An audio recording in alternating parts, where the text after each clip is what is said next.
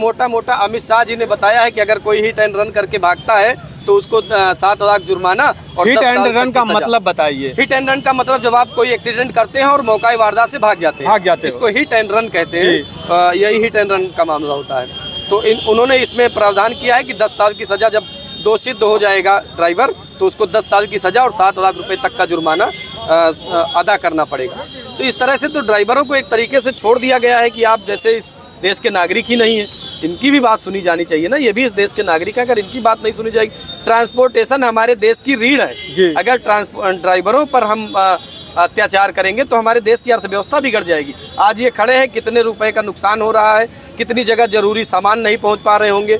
Corona काल में जब देश को ऑक्सीजन की जरूरत थी तो यही ड्राइवर थे जो ऑक्सीजन की गाड़ियों को इधर से उधर ले जाते, जो जरूरी दवाएं लोगों तक पहुंचाते थे। यही ड्राइवर थे जो दवाओं को पहुंचाते थे, जो ऑक्सीजन पहुंचाते थे। और आज इन्हीं को अकेला छोड़ दिया जाए, ये ठीक बात नहीं है मेरे ख्याल से। अगर सरकार कानून बना रही थी तो उनको उनकी सुरक्षा का भी ध्यान रखना चाहिए था। भीड़ के लिए भी एक कानून बनता। अगर ड्राइवर के लिए कानून बन रहा है तो भीड़ के लिए भी कानून हो। हाँ, उसको अस्पताल पहुंचाए, लेकिन ड्राइवर की जान की गारंटी कौन देगा? तो सरकार ने एक तरीके से ये कानून बहुत गलत बनाया है, हड़बड़ी में बनाया है, जल्दबाजी में बनाया है। इस कानून का पर पुनर्विचार की आवश्यकता है और उसके बाद ही इस कानून को लागू किया जाना चाहिए।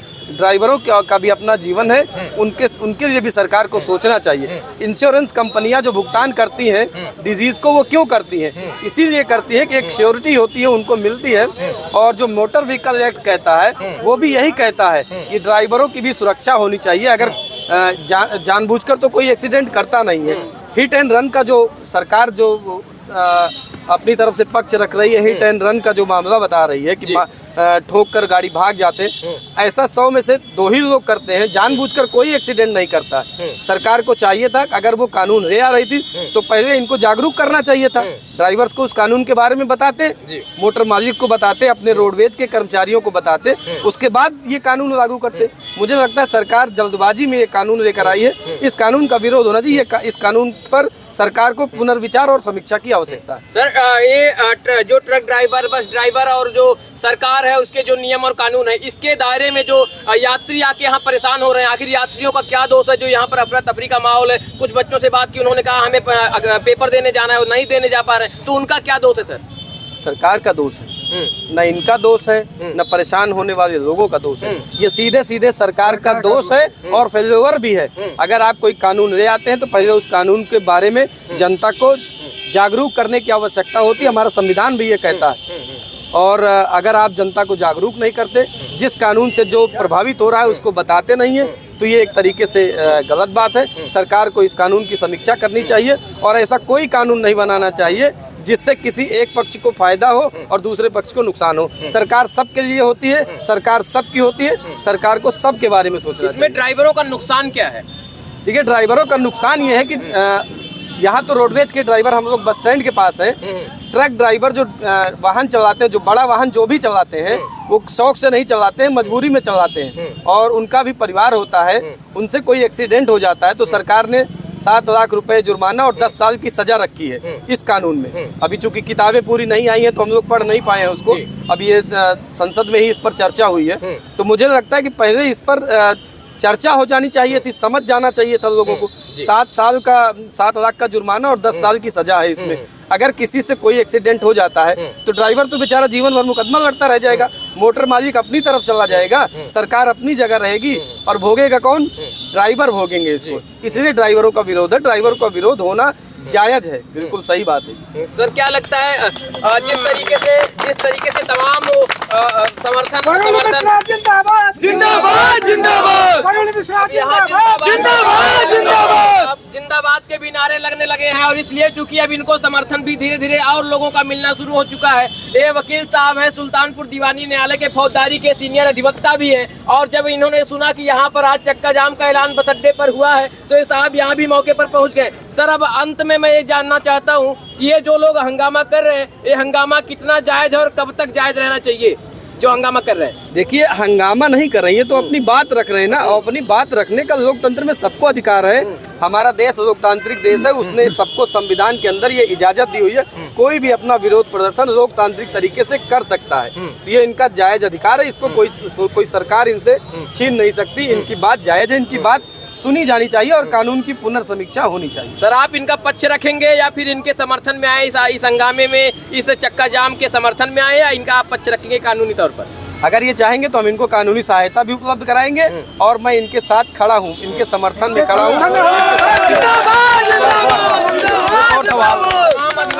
सर, क्या इस कानून में कुछ संशोधन करने की जरूरत है या फिर इस कानून को बिल्कुल हटा देना चाहिए? नहीं, इस कानून में संशोधन की आवश्यकता है।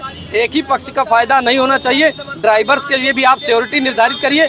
इनकी तनख्वाह 50,000 लीजिए, जुर्माना इनकी तनख्वाह 50,000 कर दीजिए, इनकी तनख्वाह 40,000 कर दीजिए, उसके बाद करिए आप।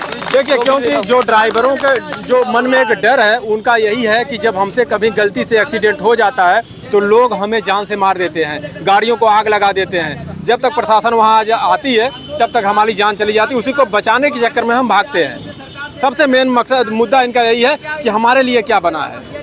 बिल्कुल सही है, ये तो इनके खिलाफ भी कानून है ना, पूरी तरह से इनके खिलाफ कानून है और इस कानून को मुझे लगता है कि सरकार को वापस लेना चाहिए, इनकी बात सुनी जानी चाहिए। सर, इस कानून के बारे में बहुत से ऐसे ड्राइवर हैं जिनको कुछ पता ही नहीं है। संक्षेप में क्या आप बता सकते हैं थोड़ा से?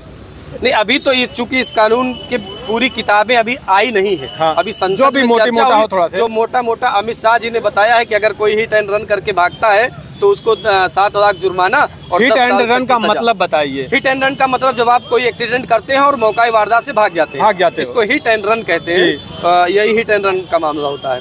तो उन्होंने इसमें प्रावधान किया है कि 10 साल की सजा, जब दोषित हो जाएगा ड्राइवर तो उसको 10 साल की सजा और 7 लाख रुपए तक का जुर्माना अदा करना पड़ेगा। तो इस तरह से तो ड्राइवरों को एक तरीके से छोड़ दिया गया है कि आप जैसे इस देश के नागरिक ही नहीं है, इनकी भी बात सुनी जानी चाहिए ना। ये भी इस देश के नागरिक हैं, अगर इनकी बात नहीं सुनी जाएगी। ट्रांसपोर्टेशन हमारे देश की रीढ़ है। अगर ड्राइवरों पर हम अत्याचार करेंगे तो हमारे देश की अर्थव्यवस्था बिगड़ जाएगी। आज ये खड़े हैं, कितने रुपए का नुकसान हो रहा है, कितनी जगह जरूरी सामान नहीं पहुंच पा रहे होंगे। कोरोना काल में जब देश को ऑक्सीजन की जरूरत थी तो यही ड्राइवर थे जो ऑक्सीजन की गाड़ियों को इधर से उधर ले जाते, जो जरूरी दवाएं लोगों तक पहुंचाते थे। यही ड्राइवर थे जो दवाओं को पहुंचाते थे, जो ऑक्सीजन पहुंचाते थे, और आज इन्हीं को अकेला छोड़ दिया जाए, ये ठीक बात नहीं है। मेरे ख्याल से सरकार को इस पर समीक्षा करनी। अभी ड्राइवरों का साफ कहना है कि अगर ये कानून नहीं हटाया गया तो हम गाड़ी नहीं चलाएंगे, भले हमारे बीवी बच्चे मर जाए खाने के लिए, लेकिन इस कानून के खिलाफ हम चक्का जाम करेंगे और गाड़ी ऐसे खड़ा कर देंगे। जब तक ये कानून नहीं हटाया जाएगा हम गाड़ी यहाँ से नहीं हटाएंगे। आप ड्राइवर हैं? नहीं जी, मोटर मालिक हैं। अगर आप ड्राइवर मोटर मालिक हैं? ड्राइवर कितने लोग हैं?